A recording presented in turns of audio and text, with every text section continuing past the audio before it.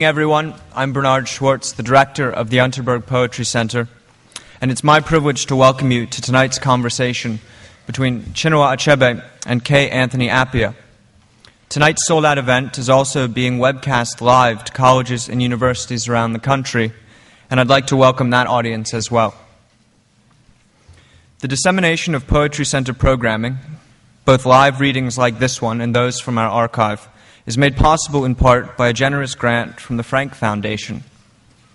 We are also grateful to the following individuals and institutions for their season-long support: the Greenwood family, the National Endowment for the Arts, Eva Usdan, Joan and Jack Jacobson, the Kaplan Foundation, Amazon Services LLC, and the New York State Council on the Arts. As you may have noticed already, we've placed a survey in tonight's printed programs. Please take a moment to fill it out and return it to one of the ushers at the end of the night. Those of you who complete the survey will be entered in a raffle to win one free ticket to each and every event for the rest of the season, including appearances by Orhan Pamuk, Rita Dove, Paul Auster and Javier Marias, Sam Shepard with Patti Smith, Susan Laurie Parks, Louise Glick, and John Irving. For more information, please visit our website at 92y.org/poetry. Meanwhile, the next event in our main reading series will take place on Thursday, October 29th, when A.S. Byatt will read from her work. Following tonight's conversation, which will last about an hour, Mr. Achebe has kindly agreed to answer questions from the audience. You should have received an index card in your printed program. If you have a question, please write it down and pass it to one of the ushers. After this brief Q&A, books by both authors will be available for purchase, courtesy of Barnes & Noble. Please note, while Mr. Achebe will not be participating in a formal signing, each and every book purchased this evening will come with a signed bookplate. And now please welcome Chinua Achebe and K. Anthony Appiah.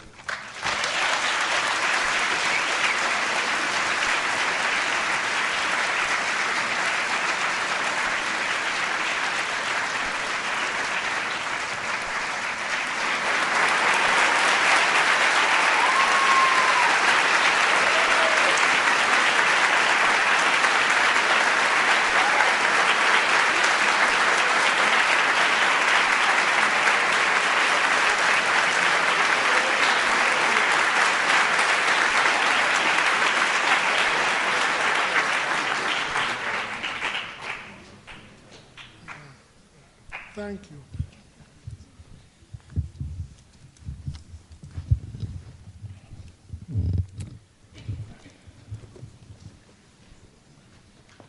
Well, good evening, everybody, and welcome. Thank you all for coming. Particularly thank you, Chinua Achebe, for coming and getting all the rest of us to come here. I don't know how you introduce Chinua Achebe because I assume the reason you're all here is because you already know who he is. And I think of him as both the father and the godfather of modern African literature, especially in English, because not only, of course, is Things Fall Apart one of the founding and also greatest of the novels of the new African literature, but as he sort of curated the development of modern African literature by his association with the Heinemann African Writers series, which is in which many or most of, especially in English, but also many were translated from the French. Many of the much of the modern literature of Africa first appeared, and I certainly remember as a young person myself waiting for the next one as they came out. I was explaining to somebody earlier that I was young enough when Things Fall Apart came out that I didn't actually read it immediately.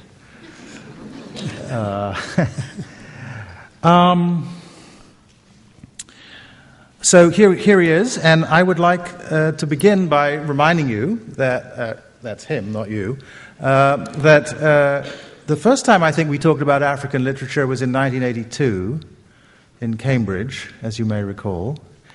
And even if you don't, I'm going to remind you of something you said then, which I'd like to start by asking you to comment on.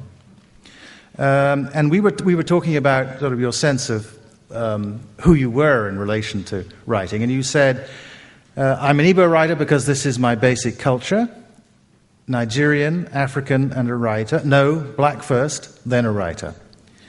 And you said each of these identities calls for a certain kind of commitment on my part.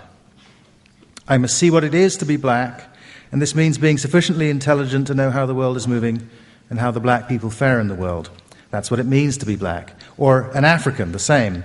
What does Africa mean to the world? Do you remember saying that to me? Or something like that? Well, since you say so.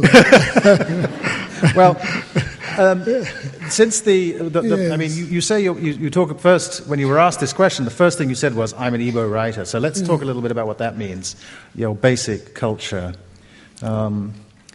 Yes, well, it does sound like me. Because it seems to me that we're here in the world, in this room. What are we doing? I think that question is inevitable. Why am I here? Okay, we're going to talk about books, a book. Why do you want to talk about books? So it's that need to understand more what we're about. And from that, you have the question, am I doing it right? And slowly, the moral issue, the political issue, the social issues will emerge. And they emerge for you in the first instance as a member of a particular community in a particular place in Igbo land? Yes, of course. That is inevitable for me because that's where I grew up. I didn't grow up in other places. Mm-hmm. And so you take account of that. You take account of all the people you see around you in that village. It doesn't have to be a kingdom, just a community. Every person there has some significance for me. Mm-hmm. I think that's where I'm made, and I thought that's where others were, but maybe I'm wrong. You see, it's important to me to find out about these people, to identify. That's what we call identifying with them, so that if something is happening to them, it's happening to me. Mm-hmm. So the period in which you were growing up and in this community was a sort of world historically significant period for that community because it was in the middle of the relatively short period during which it was part of the British Empire. Yes. Your father grew up before it was part of the British Empire, and of course you were a young man when it ceased to be part of the British Empire. And in that period, lots of people were trying to figure out their relationship to this big event. And in the new book, which is the occasion of our being here, this one, which I should show to everybody, The Education of a British Protected Child.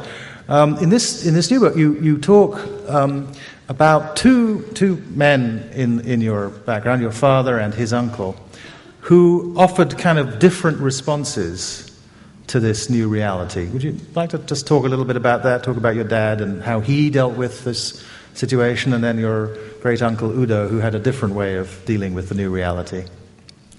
Yes, my father was one of the first people to become a Christian in his community, in our village. His uncle, Udo, was one of the most important people in that community. In my view, a good man, a powerful man, a wealthy man.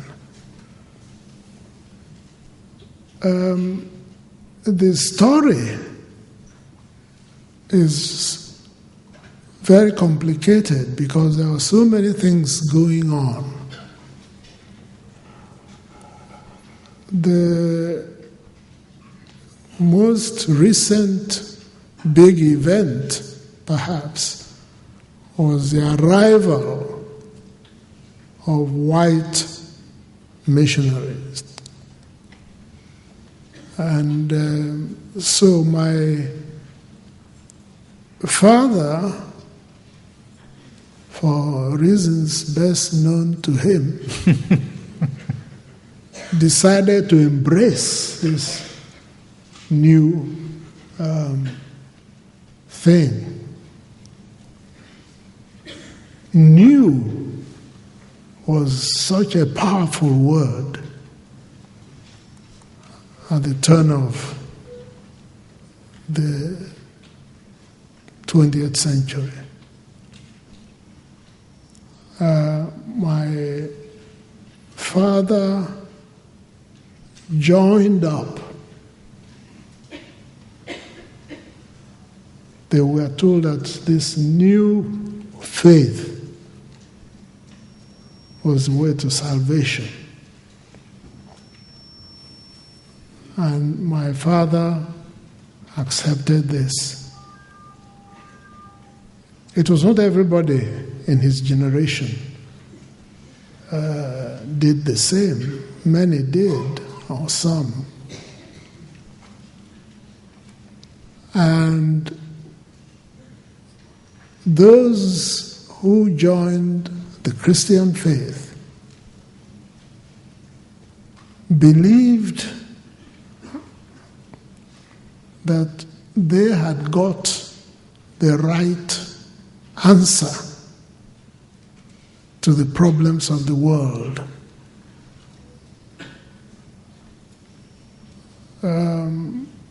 That their ancestors were right in being where they were when this new generation arrived. My father was so enthusiastic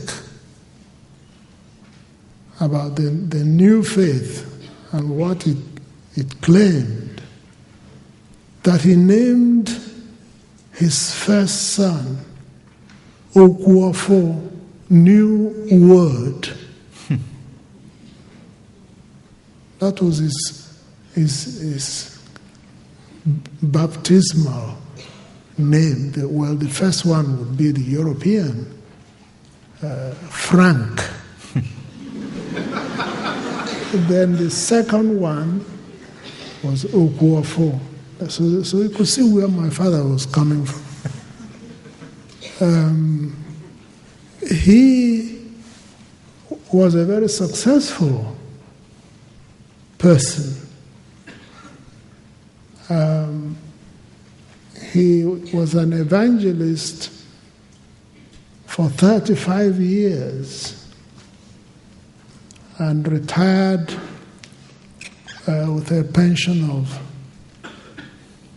I think, £4 a month. Now, the fact of his small salary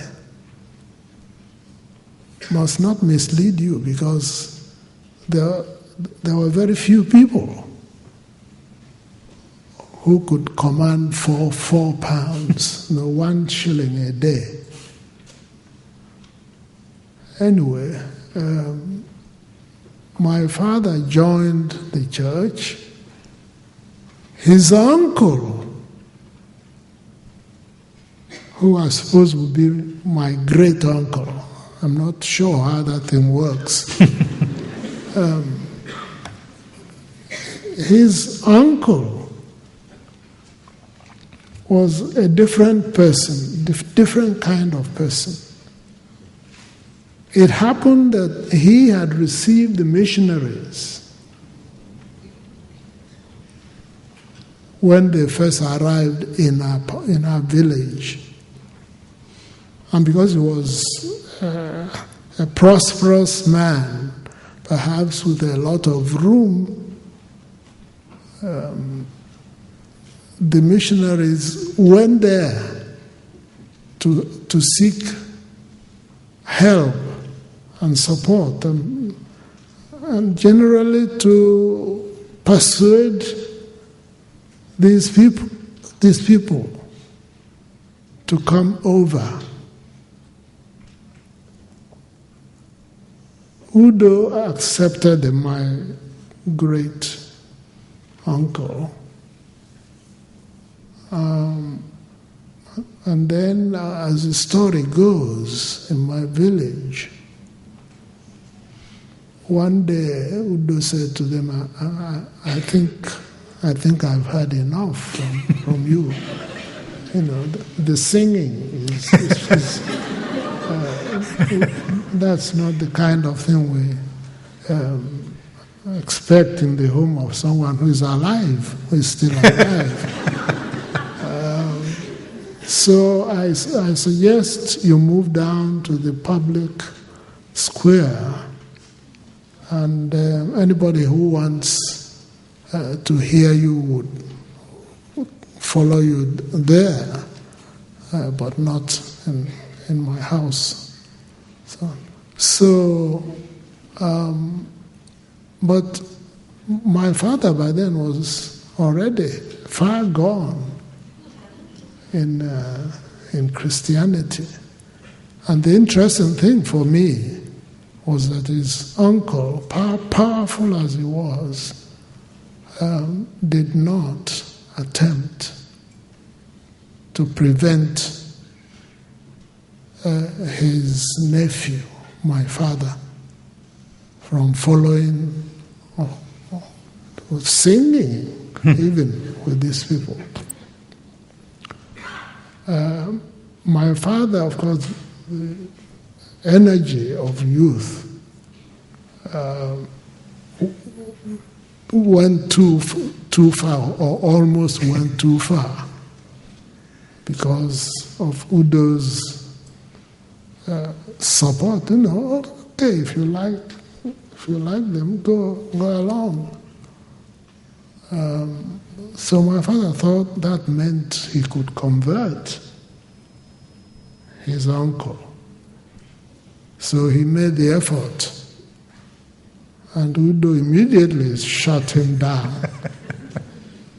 And he said to him, "What do I do to those things, the emblems of his office? What do I say to them? What do I say to who I am? What do I say to my fathers? What do I say to my history?" So my father didn't try again, I am sure. But he told me this story himself, that Udo said, "Let's not talk about that." But in the book you suggest that you feel that you have found a way to take something of both of these responses in your own case. Yes. And you are a kind of skeptically grateful for some of the things that Christianity brought. Would that be a way of summarizing the middle position? Yes. That's right. That's right. I take the middle position is very important. And my people traditionally have a respect for the middle. They like the first, but they warn that it's dangerous. The first child, this is in a story or a song for children. The first child, the one in front, is the one that encounters the evil spirits. The one at the back, the last, well, last is not a good idea. So they say that's the one with the crooked fingers. But the one in the middle, that's, I don't know how you put it in English, but that's the great fellow. That's the best place to be. But you discuss this idea of the middle ground in the book, and one of the things you suggest is that you say something like, if I'm not going to say much about colonialism, because if I do, I'll only tell you about the cons, the bad side of colonialism.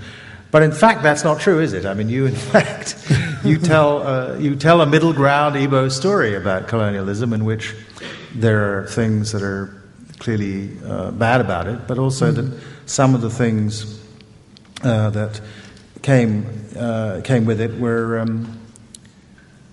of great value. And I liked something you said about your father. You said, my father had a lot of praise for the missionaries, and so have I. But then you say, I've also learned a little more skepticism about them than my father had any need for. And I guess that's your sort of middle ground. Yes. And you think of that as not just your middle ground, but kind of something that you learned from Igbo tradition, the value of the middle ground. That's one of the clear instructions that I think my culture attempts to present, especially to the younger people in the society. Okay, so in the spirit of looking for the middle ground, let's talk just a little bit about some of the things that you say that are nice about British colonialism in Nigeria. One of them is... I had to look, to search. Yes. That's what the Proverbs are urging you to do, is to look hard for the middle ground. Yeah, that's right. One of the people who I, in reading the book, I sort of found I wanted to know more about, and I'm sure you could tell us more about, is Robert Fisher, Reverend Fisher, who started the school you went to, yes, and who you say was one of those who you say you fascinated by the middle ground where the human spirit resists an abridgment of its humanity. This was found primarily in the camp of the colonized, but now and again in the camp of the colonizer, and the Reverend Robert Fisher was one such spirit. So you put him definitely on the not on the con side. Tell us a little bit about him. Tell us how you came to know him. Yes, well,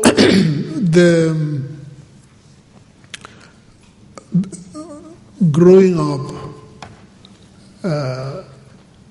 in a colonized country, now feels so far away. But it was a world which worked. It was in its own way, in some ways. And the school was built by the British at a time that they built a few other schools that they paid particular attention to. There was one in Ghana, Achimota. The British called these schools government college. And I was lucky, though I didn't realize it at the time. My idea of a school was to go to the school with the red uniform, that everybody talked about. Not this new, somewhat distant school that they were beginning to mention. And my brother actually said that was where I should go. And I was, well, you can't say no, of course, because if you say no, you don't go to any school. But I didn't realize how important my brother's decision that I should go to Umuahia Government College, I didn't realize how important it was until I got there. And then I went into the background and saw this man, Fisher, who came to us, I think it was in 1929, when the British built the government college that I attended, almost exactly the year of my birth. Fisher was an Anglican priest, and he had very advanced views for his time.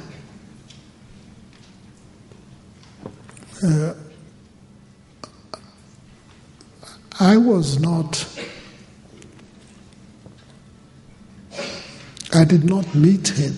He left by the time I went to Umuahia. But the things, the influences he left were everywhere. The ideas, he even toyed with the idea of making the boys, it's a boys' school, by the way, boarding school. They were trying to model them on the British public schools. And Fisher was thinking of a system in which the boys would go and live with the villagers in their homes, not just live in some fine building, but go into the life. Of course, it did not work. I don't think young people want necessarily to go and live with poor people. I wish the opposite was the truth, but Fisher did many things, but perhaps if one is to think of what, in relation to our presence, what are we doing here now? The fact that Fisher built wonderful libraries for his school was one of the major events of my life. The first day I entered the library at Government College Umuahia, it was like being in another world. So many books in glass, what do you call it? In glass-fronted cabinets? Yes. And later on, one of Fisher's successors, who was principal when I was there, made a law in the school. He called it the Textbook Act.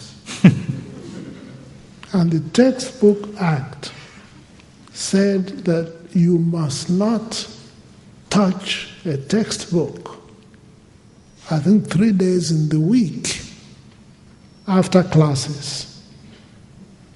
You must not read anything that was intended for exams or whatever, any of this. You go and read a novel or a biography, or go and play ping pong. But you were not allowed, the school did not allow you to pick up a textbook on these, I think it's 3 days in the week after classes. How much ping pong did you pay? Yes, well, there was a lot of opportunity. There was a huge farm of oranges and so on that you could go, but don't touch your textbook. Our principal said that devotion to excessive book work is a real danger. I can see why he was popular with the students. So this school actually produced a good number of, this textbook act, yes, had a good effect because it did. It produced a good number of Nigerian writers. An amazing proportion of those who became writers in Nigeria came from this school and 2 or 3 similar schools that were built at this time.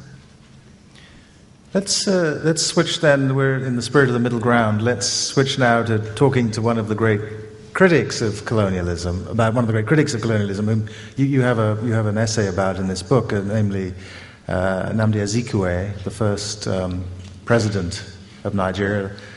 He was Governor General at independence because Nigeria, like many of the countries of the British Empire, became independent first as dominions like Canada and Australia, keeping the Queen as their head of state, and so at independence Azikiwe was Governor General, not President. That's but right. Then when you became a republic in 1960, I guess, 63, he became President. He's somebody whom you also admire a good deal, in part because he had a kind of textbook act of his own. That is to say, he wasn't just a politician and a public figure. He too also was a kind of broadly cultured person. Exactly, exactly. I wrote an essay, one of the essays, on him because I had said so many critical things about him before. So many that as he grew older, I thought that perhaps I was not just. And so without withdrawing any of the criticisms, critical comments I had about his work as a politician, I had to consider the other side of him. We're coming back to the middle ground again. And so I had an opportunity. He went to school in this country. That's one important fact about Azikiwe. He brought from this land to Nigeria, and then at some point also to Ghana, Gold Coast, as Ghana was called then. So he brought the notion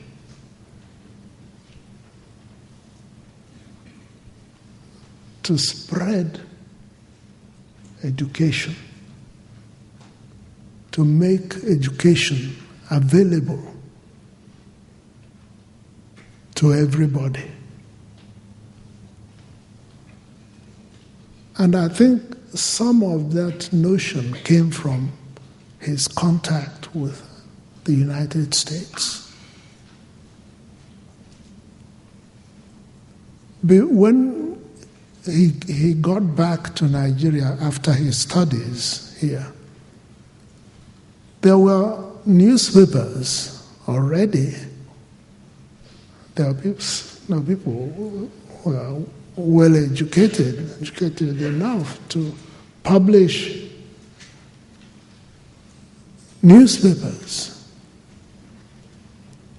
But the kind of things they published, long quotations of Latin in the editorials,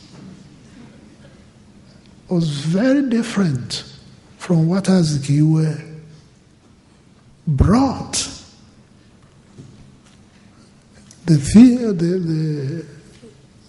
theme of his major newspaper, the West African Pilot, was "Show the light, and the people shall find the way."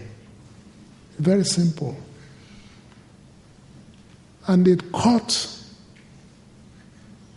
like fire. The little people, the clerks who worked for the British government, ordinary traders were all reading newspapers, Azikiwe's papers. Some of them, in fact, held the paper upside down. Because they were not literate.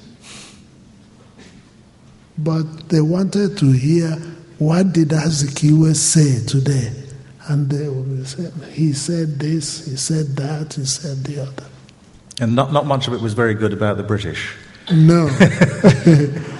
No, he wasn't a favorite of the British. It's interesting that both he and Nkrumah, who was also the first president of Ghana when Ghana became a republic after ceasing to be a dominion, they went to the same university in the United States. That's right. And they That's both, right. I think, imbibed from Lincoln University, which is a traditionally That's black right. college. I think these ideas about these egalitarian ideas, and the ideas also about the power of education. Yes. Now, one of the reasons you've been critical of Azikiwe is because you have, let's say, been disappointed by the political class generally in your home country. And in this book, you quote two things you've said about Nigeria, and I'd like to repeat both of them because finding the middle ground between them, I think, is quite hard. One is, only a tourist with a kinky addiction for self-flagellation would pick Nigeria for a holiday. You have to guess whether that's the positive one. But you also say, in my next life, I want to be a Nigerian again because it's both frustrating and unbelievably exciting. That's right. So, well, somewhere you between pick, these two. Yes. It's true. It's true. Nigerians really love that country in spite of its many bad conduct. This actually reminds me of something that one of the great German theologians in the mid-century said. He said, love has the radical character of in spite of. Yes. And Yes. But I mean, how do you feel at the moment? I mean, Nigeria has been a disappointment, I think, not just to many Nigerians, but perhaps to Africa. It's the largest population in Africa. If things go well for Nigeria, we can probably hope that they'll go well for the continent. And to the extent that they don't, we have to worry, because even if things are going well in little Botswana or little Togo, it's not going to shift the balance of the continent. No. So how do you feel at the moment about what's going on? The great disappointment, it's really the only way I can say it without going really deeply into describing my disappointment. It is clear that, and I say this superstitious thing, but I believe it, that providence doesn't make a place like Nigeria by accident. If you look at all the resources,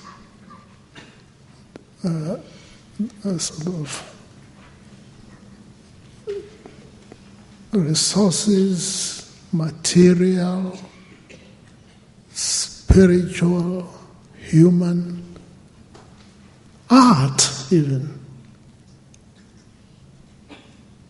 Every fourth African is a Nigerian. Even though Nigeria is just a small corner of West Africa, the intensity of being in Nigeria seems to me to have been designed for a purpose. And when you see no attention at all paid to what can we do to make this place tolerable?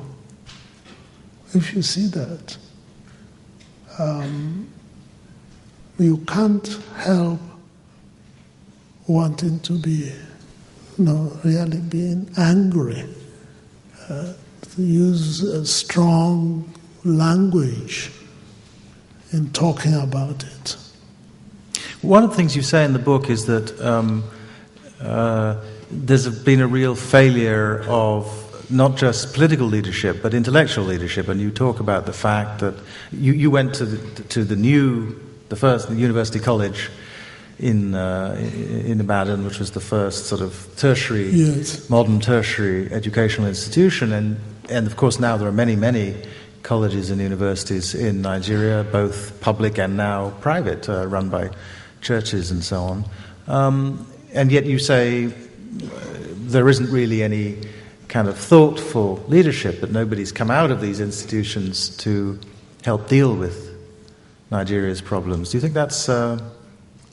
Well, I do admit to this strong temptation sometimes to be, perhaps, to exaggerate my disappointment. And when you do, it does begin to look like anger. But if you've had the Nigerian experience, it's very difficult to avoid that, because it seems that my people are blind. Why can't they see that Nigeria cannot be for a handful of people who can make the cut and take it outside somewhere else and hide?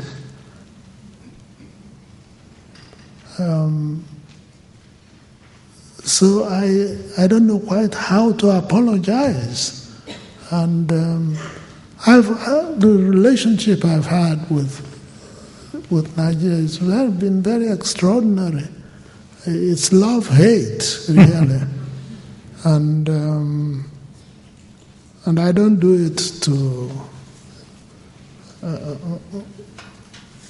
create fun or make anybody look small. I think we have failed, many of us, even those of us who are critics. I'm sure there are things we should have done that we didn't do. There must be some reason like that for the condition. Well, we're coming to the end of our conversation, and I didn't want to end, since I thought that if we talked about Nigeria, that might end as a bit of a downer. I wondered if you would be kind enough just to read for us just a little bit from the, I think, very charming essay called "My Daughters." So this is a thing about a couple of Nigerians in whom I hope you have some hope. Yes. Yes. So here's the page, and just a couple of paragraphs. It'd be nice to hear some good stuff.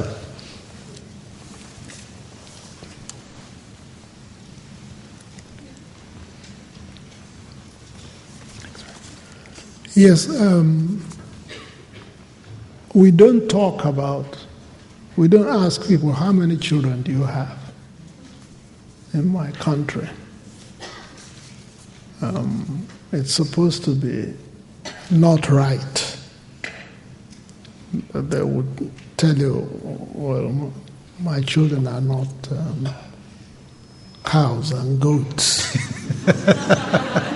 You count those, but you don't count children. But not anymore. We no, we are surrendering slowly to other people, how other people behave. So if I say I have two daughters, it's something my father would never probably have said, not to talk of his uncle. Anyway, I have two daughters. Excuse me.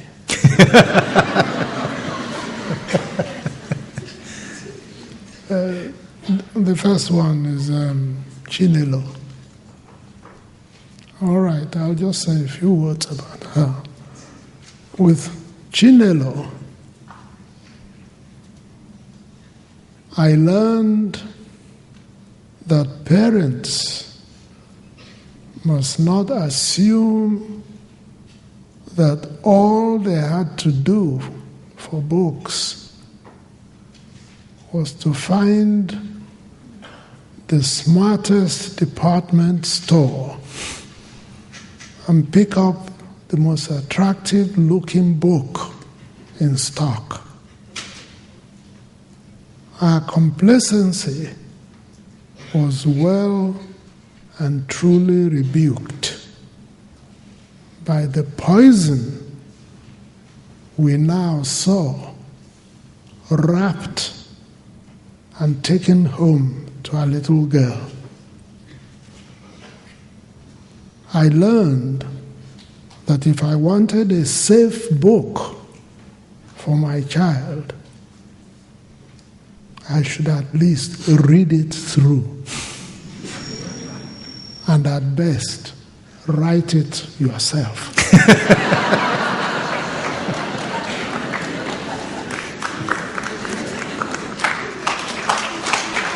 Thank you. Thank you.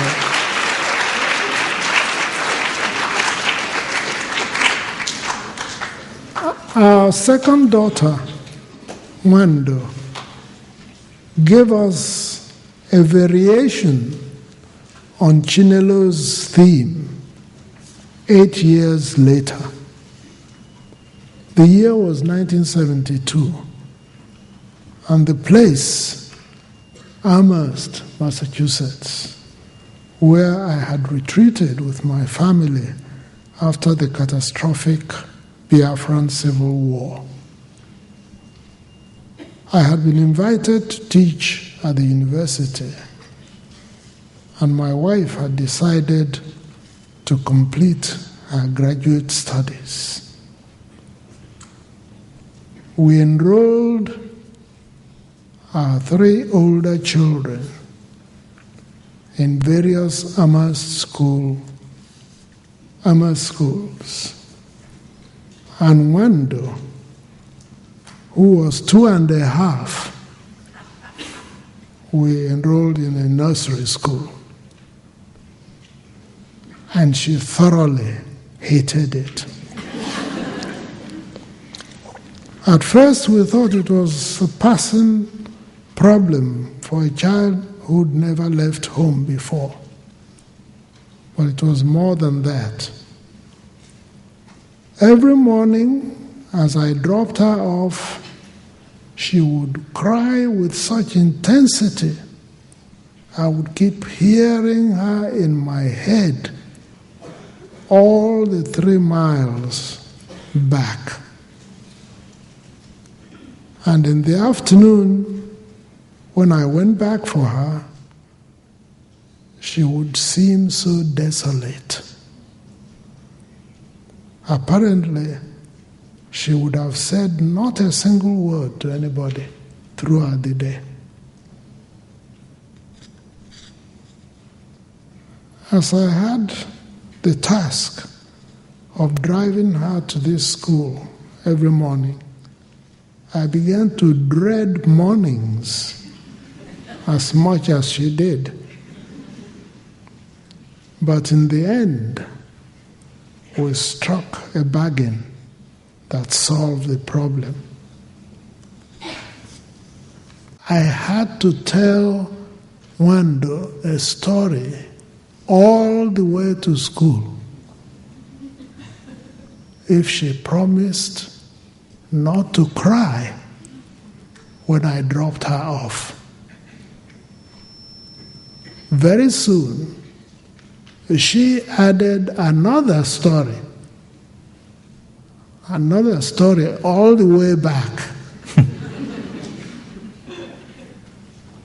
And in the Igbo language.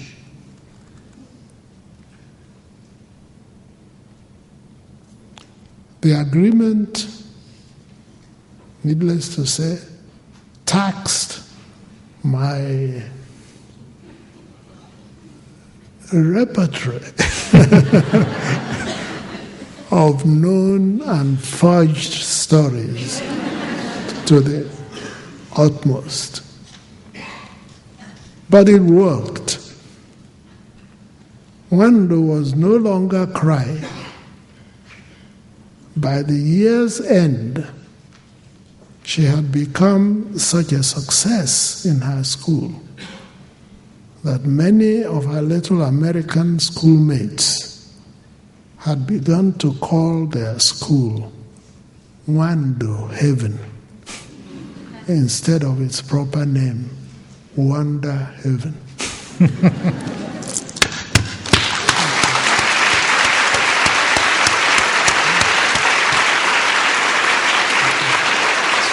Thank you. Okay. So now I have the questions that have been given to us on cards that some of you have written. And here's the first one. It's from somebody at Fairfield University. How has the estrangement in location you've experienced since moving to the United States affected your writing and views of Nigeria or anything else? How has my... not living in Nigeria, being not dislocated, yes. Being in a sort of exile, would you describe it as exile? Perhaps not. Well, it's difficult to know. There are two sort of possible experiences. You feel one or you go through one, you don't go through the other. And so if you ask, how do they compare? You can only talk about what you know. The U.S. is, of course, a very powerful place. And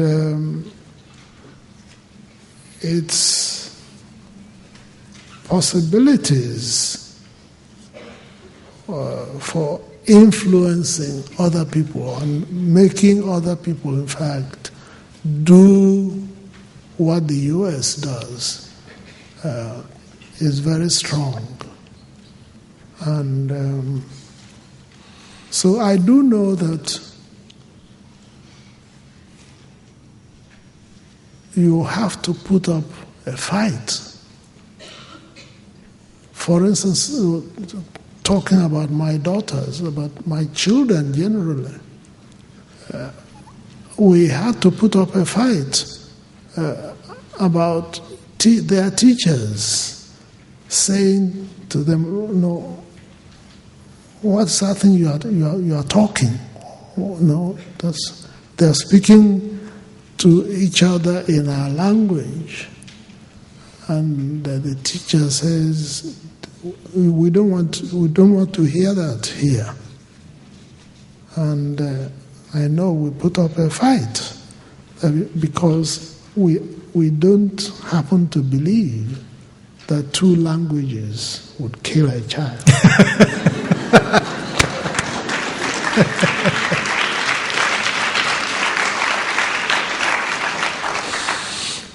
Good. How about this? Here's another question from somebody. It's not signed. Are the conditions, as represented in Things Fall Apart and No Longer at Ease, where post-colonial Christianity and traditional Igbo religion are in conflict, is this still true? now, 50 years after the writing, where is the middle ground between the Igbo traditions and Christianity today? Or is there a middle ground? Things have not worked out as nicely as one had hoped. Things are not as clear-cut today.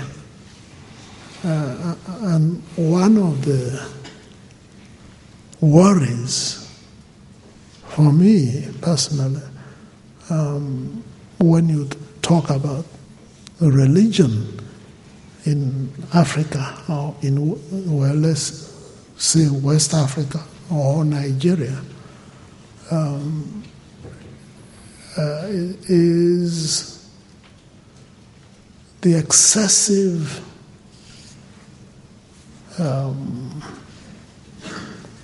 almost religiosity that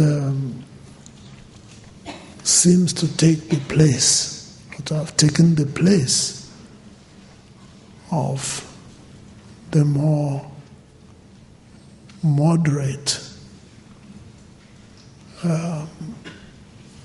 style. I was shocked to learn, for instance, that in my village, just a couple of years back, some extremist Christians were destroying shrines. That's not what I thought were the middle ground. So your father wouldn't have approved of that? No. Even though he might have described them as idols? Oh yes. In fact, there was an example. A friend of my father's, this is before I was born, it's a story I was told, but one of the new converts in those days was so extreme in his beliefs and in his activism that he would go outside his compound and stop the masquerades from passing in front of his house. And my father told him, that's not Christianity. That's something else. My mother would have said that was stupid.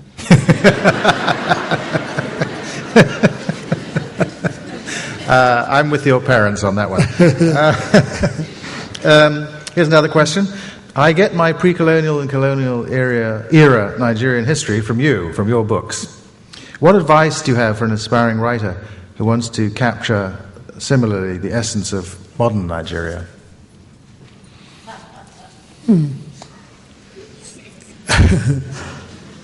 Those whose task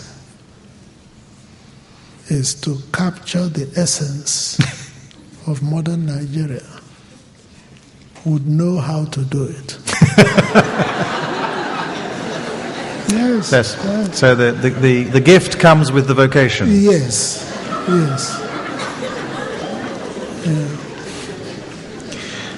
Yeah. Here's another question. Jamaica Kincaid, in her book A Small Place, says that she's no interest in the past before the beginning of colonization and the slave trade because it has no relevance to how she experiences the present, which is haunted by colonial legacies. Where does the past begin for you, and what role does it play in how you and your country experience the present?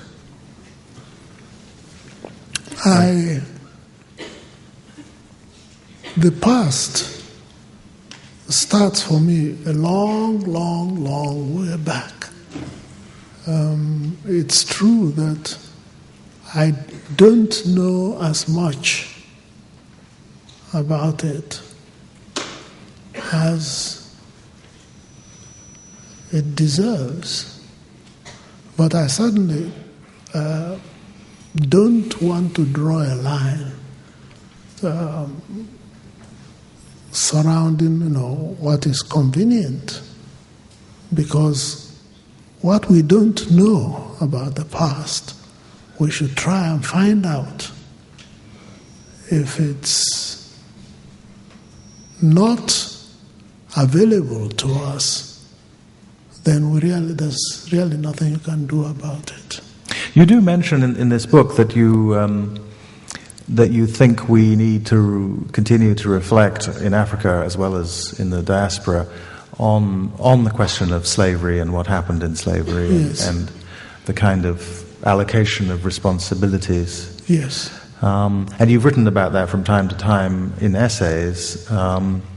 Is that a possible topic of fiction for you? The question of exploring through fiction some of the historical questions about responsibility in that area, in the slave trade? Well, when you say for me, I don't mean for you to write. I mean, do you think of that as something yes, that should be done? Oh, yes. Yeah. Definitely. Oh, definitely. There is no topic that is tabooed for me. And these difficult subjects are particularly attractive in my view. And but there is so much to write, and so you don't go telling somebody this is what you should write, because there is so much, and we should just assume that the things that are happening in my time are important, terribly important, and I should be writing about them. But if we can look back and find something that says this is why this happened, this is how it happened, that increases my interest.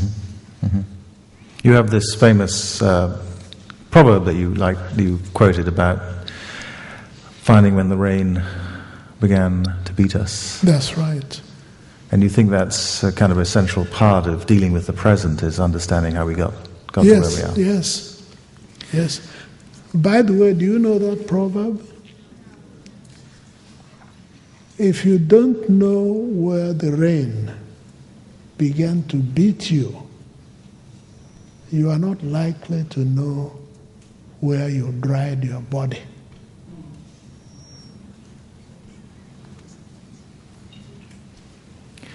Another Fairfield University question, so a shout out here to Fairfield University again. The London Sunday Times once, not just the London Sunday Times, but certainly the London Sunday Times, once referred to your writing as modern African literature. How do you feel about this label, and do you think you're solely an African writer, or does your work speak to all people of colonized nations, or on a universal global scale? Well, I would like my book to touch everybody who wants to be touched. And I think it does that. Well, I'm sure your publishers would agree. Your books have been translated to many, many languages. They're read on every continent and taught and studied in schools and universities around the world. So that's certainly... Yeah, that is something which is a real bonus. I did not plan it. I didn't even know it existed, that possibility. So, when you published your first book, Things Fall Apart, who did you imagine as your audience? I mean, who did you think was going to read it? I thought everybody who was familiar with the issues that my story was raising, might very well decide to read. But quite frankly, that was a kind of hope. The first thing was, is anybody going to touch this at all? There were no writers around. My brother-in-law read Things Fall Apart through one night. It was the first novel he was ever reading. So there were many things you couldn't really imagine. You really were simply doing what, who knows, who put you up to it. You just had to be writing that book.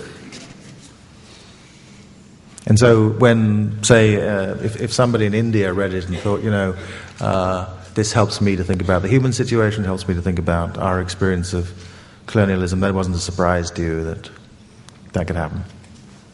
No. Good. Well, we should be winding down here. Let me read the final Fairfield University question that I'm going to read. Actually, I have two. I have to pick one. Well, I think this is clearly the best one to end with, I think. What single message do you think is most important for young people to take from the inspiration of your life and apply to their own?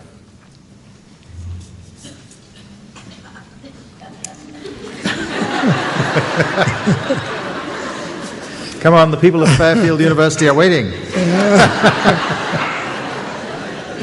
Oh dear. You see, it's not my way to get up and say to people, look at me and be inspired.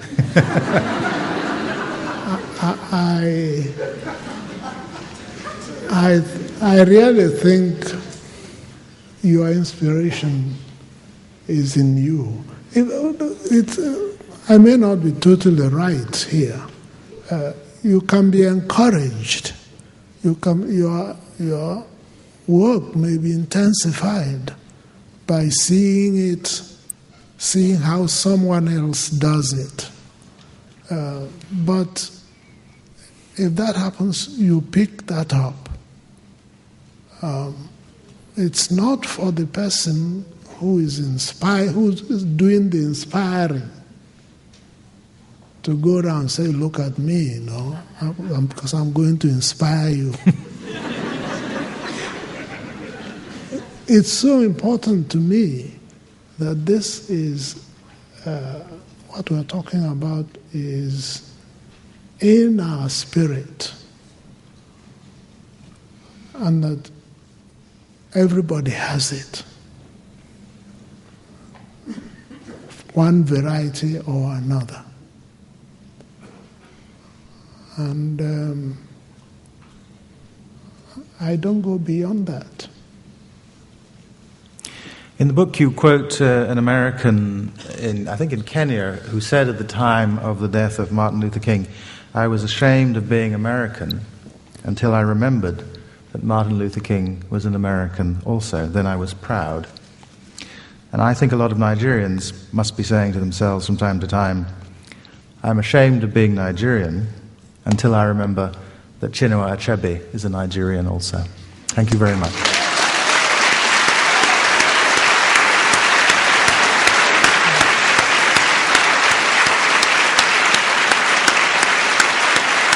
Thank you. Thank you. Thank you very much. Thank you. I have been asked to remind you to fill out those forms if you've got them, and I guess you hand them in on the way out. Thank you all very much for coming. Good night.